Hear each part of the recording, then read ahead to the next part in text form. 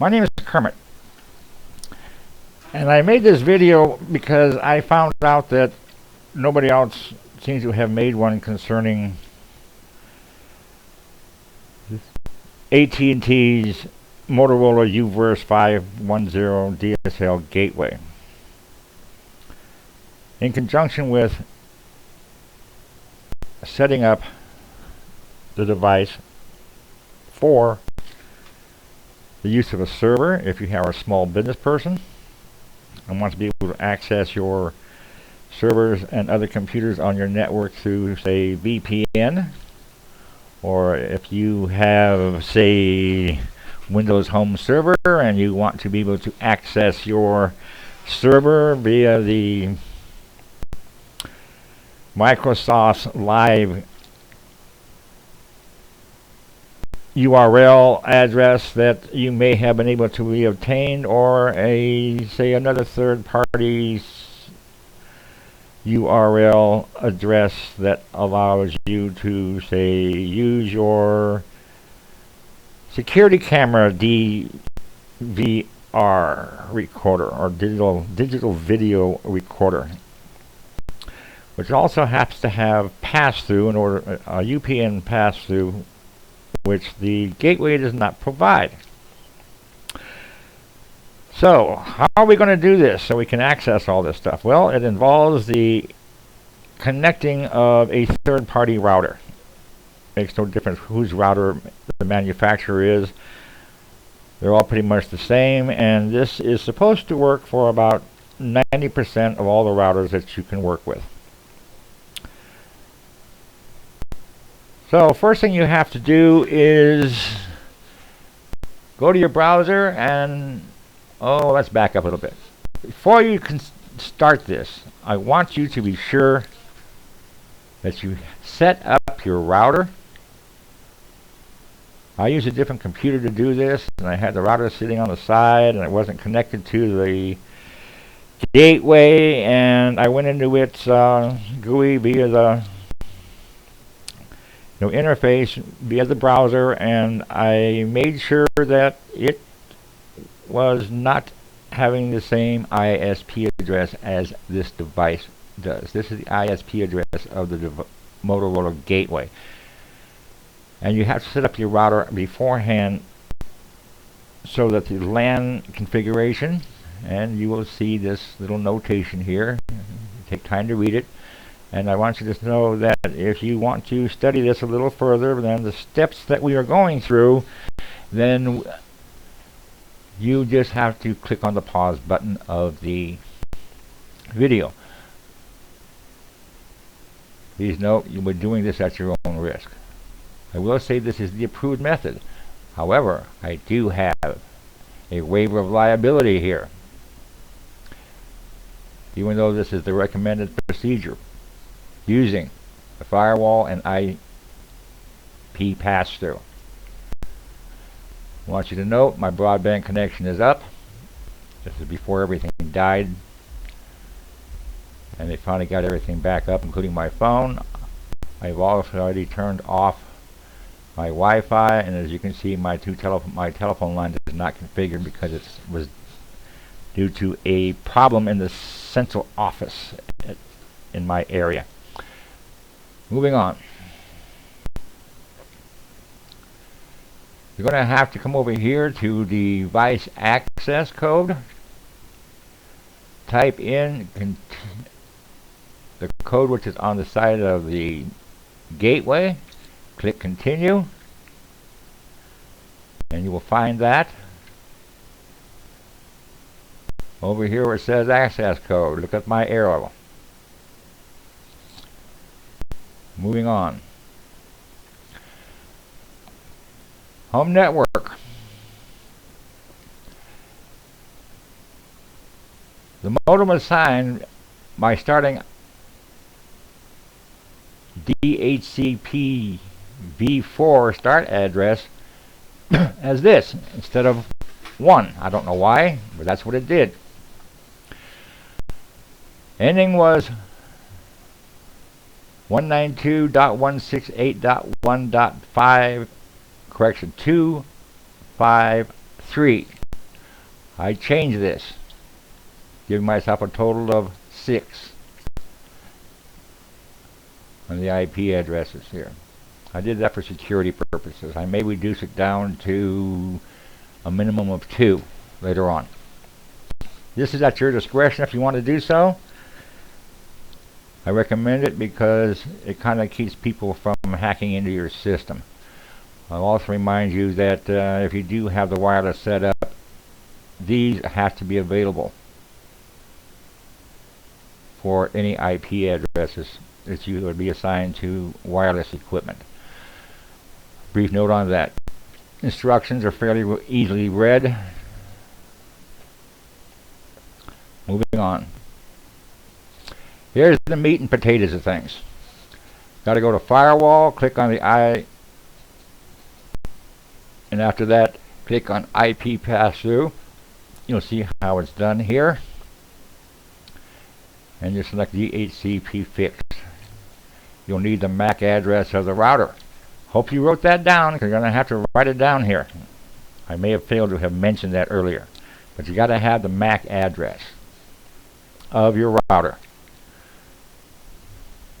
At this point in time, it says off. You click on this, you'll have a choice between default server and pass-through mode.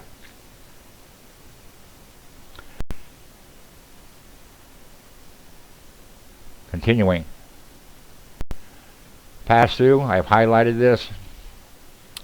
Next thing you want to do is you want to find, click on this, and you will have a different things you can do. You want to click on DHCPS-fixed. That's how we're going to set up the router in the pass-through, or I should say the gateway for pass-through of the router. You enter in a blank page, blank in here, your MAC address. Over here, pass-through DHCP lease. This is how long your device will give you a lease for on your equipment. Set it for 1 day. Click Save.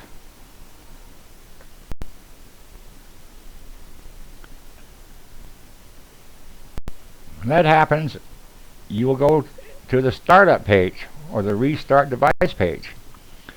As noted, after clicking Save, you will come to this page. There will be a red letter telling you to restart the device. And of course, it has the notation of this warning here. I want you to note that once you click on restart, there is a countdown timer, and it takes roughly 1 minute to do this.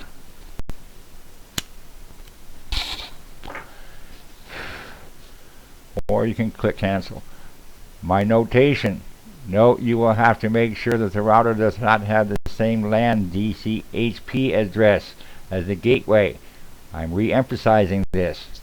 In my case, I changed mine to 192.168.2 as opposed to 1, which was the gateway's address, and I changed it to, that's the number I changed was right there.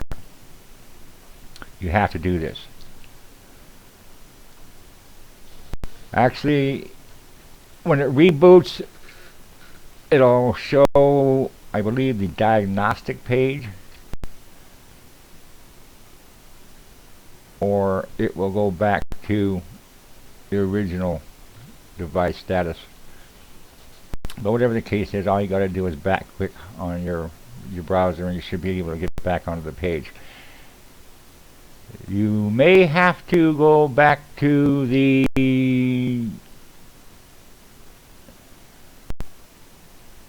access code, enter it in order to confirm your changes. There's some changes you're going to have to make in a few minutes that I'm going to be outlining that you will be needing to use.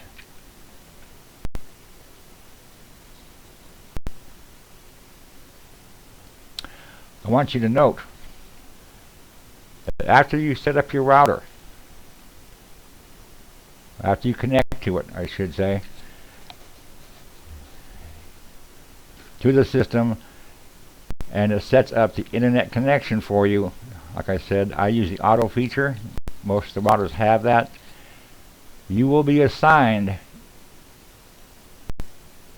as your internet connection the IP address, which is static, to your router. And the same with the gateway IP address. This, of course, is the gateway's own IP, or I should say MAC address. And these are the two primary domain name servers that AT&T has. Some people have claimed that they're not really that stable and they should be better off changing them to, say, Google's free gateway services, or I should say DNS services. That's just a side note. But one thing I want you to also know is that once you set up the router and you are connected on to the LAN port, that it will assign the domain name server of this Motorola device, which is built in. From here we go to Network Home. We recommend you turning off the IPv6, as I note up here. It can be used, give you conflicts later on in time, as reported by some people who have done this. A little note again in here. These are auto negotiate. Again, leave these alone. It's the default. You click on save, and after a couple of seconds it'll show it as being locked in the off position. Now going to the wireless settings. I have turned off the wireless settings, and I want you to understand at this point in time that you really want to minimize the usage that you have of this device when used in the pass-through mode. And the reason why that is, if you have a bunch of stuff connected to this, it's going to create a situation, because this is now a first come first serve access between the gateway and any devices connected to the gateway, either LAN side or to the wireless side. And if somebody else is using a computer in a different room or using another computer and you have devices connected to this, it's a first come first serve basis as far as accessing the AT&T IP address, and you'll not be able to connect to the internet on any other device until whoever's using the other equipment is still using it. You'll just be in a holding pattern, or you will have a failure to connect. That's why we minimize everything which you have here. Again, use the router's wireless. Turn this off. Moving on. Go over here to the device page again. Device list. You will see here I have highlighted and circled and then everything else. This section, this IP address here. This is the static IP address assigned to the gateway by AT&T. In other words, it's your lifeline. AT&T will not have you change this unless there's something wrong with their system. So I might make another video on doing diagnostics at a later point in time, because I have some screenshots from when my system was down. This is the router's MAC address. It'll be the same one that you wrote over here on the firewall on the IP password. status is on, an Ethernet connection, but note it says static. It's about the only time you're going to be able to set up a static IP address on this unit.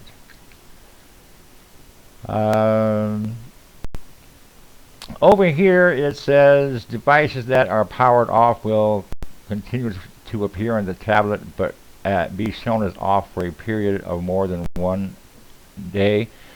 Okay, well, this has